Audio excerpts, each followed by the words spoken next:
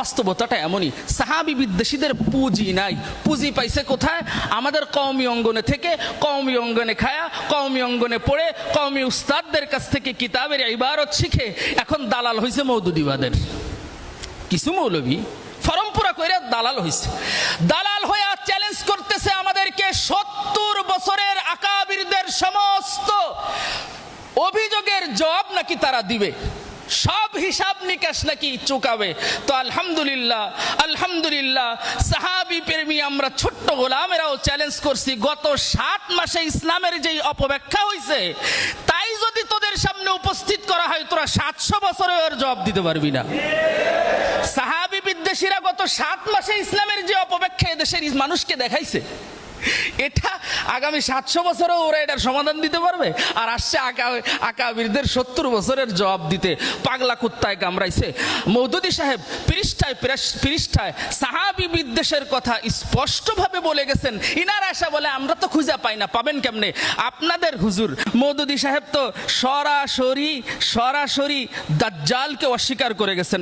আমি শুধু 2টা অংশ বলছি, 2টা অংশ শুধুমাত্র।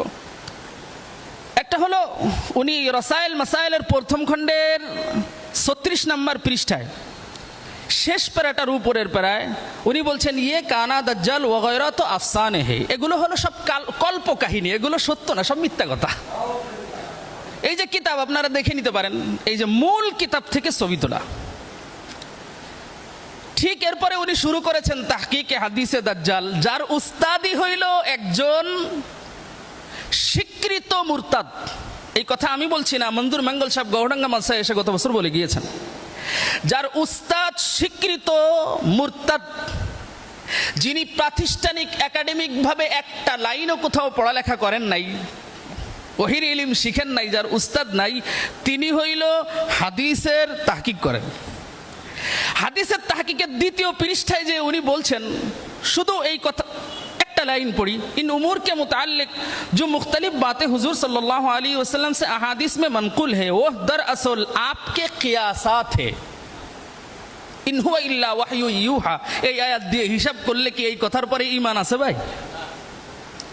এরপরে উনি বলছেন, এইটা হলো সবচেয়ে জঘন্যতম কথা, जिनके बारे में आप खुद शक में थे, যেই দাজ্জালের ব্যাপারে নবী মুহাম্মদ নিজেই সন্দেহের মধ্যে ছিলেন। এটা হলো তাদের আকীদা।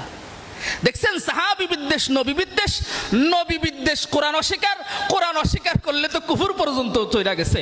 সাহাবী মানলে নবী মানা হয়, নবী মানলে আল্লাহ মানা হয়, আল্লাহ মানলে ঈমানের উপরে থাকা হয়, আর সাহাবী না মানলে শেষ পর্যন্ত কুফরির রাস্তায় যাওয়া।